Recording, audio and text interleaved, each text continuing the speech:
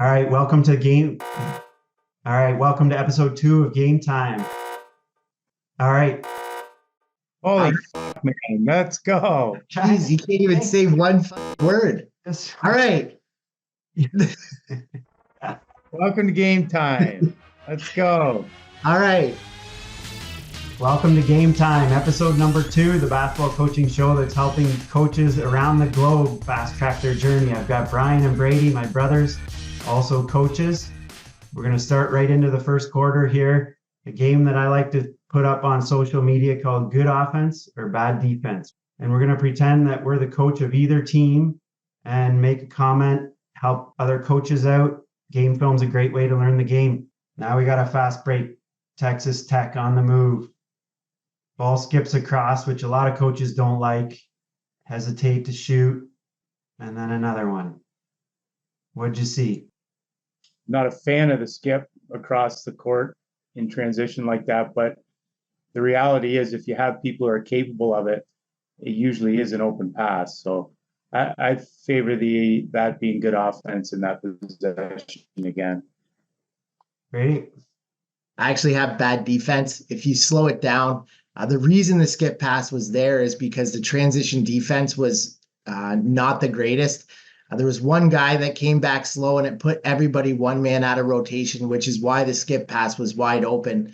If that one guy had hustled back a little bit quicker, that probably wouldn't have been opened and they would have been back and they would have had to run a full set offense. And even then they wouldn't have been scrambling and probably could have got that rebound as well. Yeah, for sure. The little guy was stuck down on the bottom and it just was bad luck from there. Yeah, what I saw is a great teaching moment. The two guys who shot are essentially the same shooting percentages. First guy caught, jab step, hesitate, finally shot, he missed. On the offensive rebound, second guy who shot it instantly, clean, smooth, nothing but net. That's great when you can, next time in the huddle say, look he didn't hesitate, he made it. You hesitated, didn't make it. Let's shoot it right away. Same kind of thing happened down at the other end, maybe a possession or two later in this game when I was watching it. Cryer drove the baseline, tried to go straight up against the big guy from Texas Tech, swatted it out of bounds. On the ensuing baseline play, Shed got it, drove at the big guy, pump fake, got him in the air, got a foul. Perfect teaching moment. Like, don't make up your mind before anything happens. So I love when those situations occur. So, okay, for game film like that, though, you don't need to get into that much detail all the time. Usually, Brad, when we did it with your team, it was just like 4 or 5 possessions from a game. You don't have to go into overkill and everybody falls asleep. It's just pick the most important things, even before games. If you actually do game film or scouting or something, pick 2 or 3 important things. Nobody needs to be overloaded with information. Yeah, and it's not like the old days where you had to watch the entire game film to get through stuff. If you have either a coach or assistant or someone else that can kind of chop up film like you did for me, it's just quick clips. And you can actually send them in advance to all the guys. And they can be looking at them just in quick 30-second bits throughout the course of a day. And then when you review them at night before practice or before a game, takes little to no time at all. Yeah, you don't need 2 VCRs and 2 TVs going and stop, play. No. Let's get into the second quarter. We're going to get into audience questions again. Keeping the group focused while you're at the top of the league. There's still a lot of the season left. That's the challenge that this coach is going through. What kind of recommendations do you have? Well, I mean, if they don't feel challenged because the league isn't up to their standards or they've got such high standards compared to everybody else, then you need to somehow find ways to compete against yourself every day to make it competitive. So if you're not already doing so, you should be using clocks or scores throughout the practice. You should be making things competitive in games, whatever you do, whether it's drills.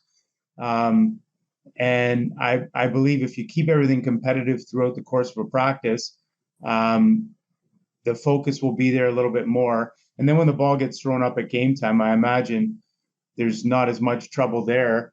But the worry is that you won't be prepared or ready. Well, if you're constantly competing throughout practices and it doesn't feel like, oh, let's just slog through till we play the next day. I think if you keep it competitive, that helps dramatically.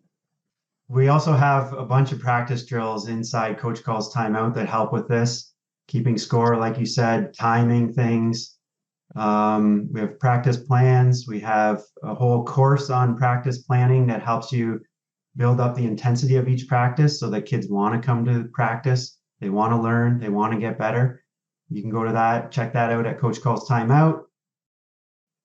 Okay, let's get into the halftime. We've worked hard here. Halftime's reserved on this game time show for some silly conversation that happens in locker rooms. We're going to put this poll out in YouTube and Instagram on our channels.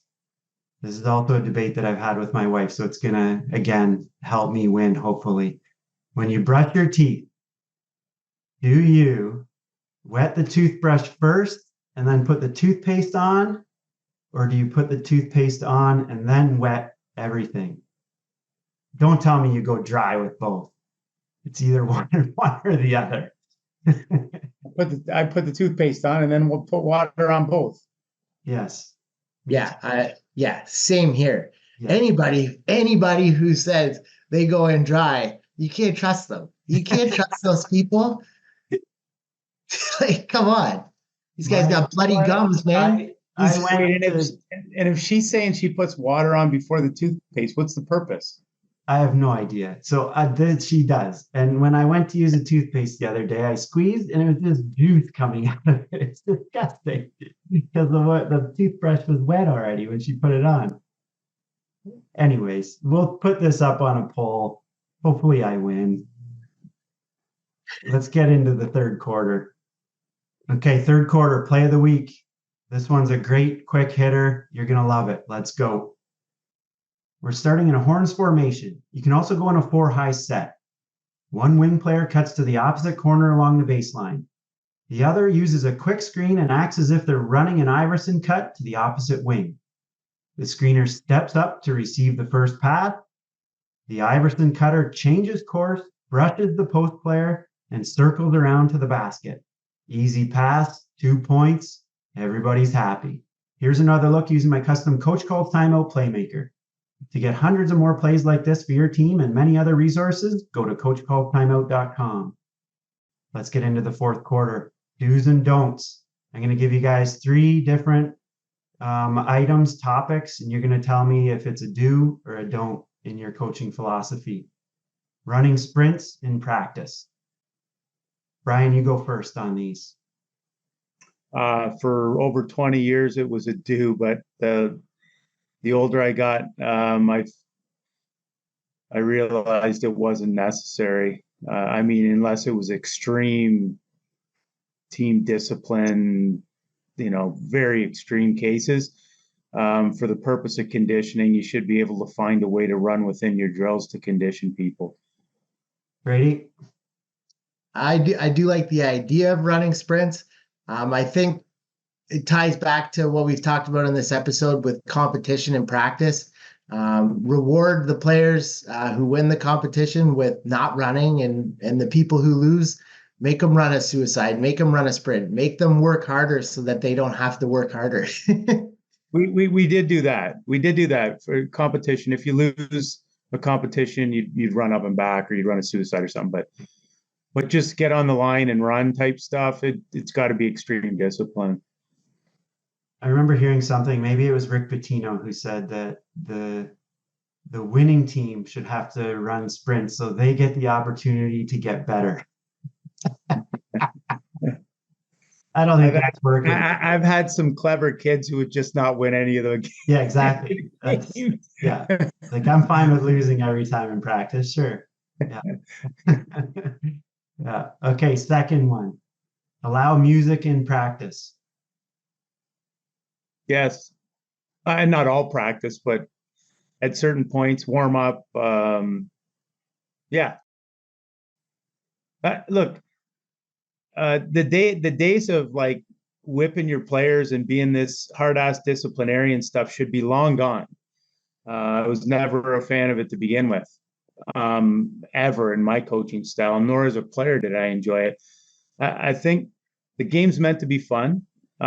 You can work and have fun. And if some music is going to make your team have a better disposition and make them happier and make them more engaged when it's time to actually do work, then I'm all for it. I agree. Brady? Yeah, 100%. Last one, do or don't.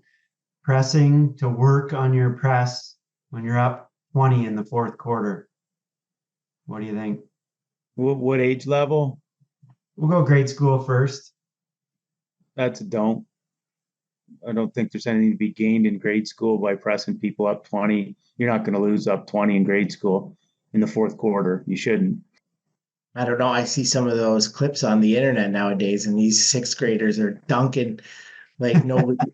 It's like, yeah, but those are the guys who would be up 20. Yeah. Not the team that's got to come back. That's the thing, right? Like if you're up 20 in the fourth quarter and you have your starters in working on your press, who's in there for the other team? Is it the back end of their bench? Because like your starters should steal the ball every time and you're not working on anything. What Brady said there is very, very much a factor. If the other team hasn't thrown up the white flag and brought in some of their bench, then I'd say it's kind of fair game. If you want to keep pressuring them or, you want to control things, then go ahead and work on something. If he's throwing up the white flag, I don't think it's the right thing to do to be pressing some guy while he's got his bench in there. All right, that's the end of the fourth quarter. Brady's going to end this show with a stat. Crazy Brady stat. Let's hear it. This is a great stat from otherstats.com. Also, this is going to tie into working hard and hustling. The player in the NBA this season with the most jump balls won without losing. He is 5 for 5. That also might be his height. We're not entirely sure. Okay. He's a middle end, back of the bench player for an Eastern Conference team, a point guard. I don't know how he's got involved in 5 jump balls and who he's jumping against, but he's 5 for 5. McConnell. He's not TJ McConnell, but I bet he jumped against him 4 of those 5 times. He's diving on everything. It's it. Kyle Lowry. It is not Kyle Lowry. It is Peyton Pritchard of the Boston Celtics. Wow. There you go. So maybe if they value the first possession of the game, he should go and take the jump ball every night. Yeah, that's what that stat says clearly. Rudy. No one can jump ball better than Peyton Pritchard. Lock it in. That doesn't seem right. Yeah. All right, everybody. That's the show. Leave a comment. Hit the like if you liked it. Keep the conversation going in the comments. Thanks for watching.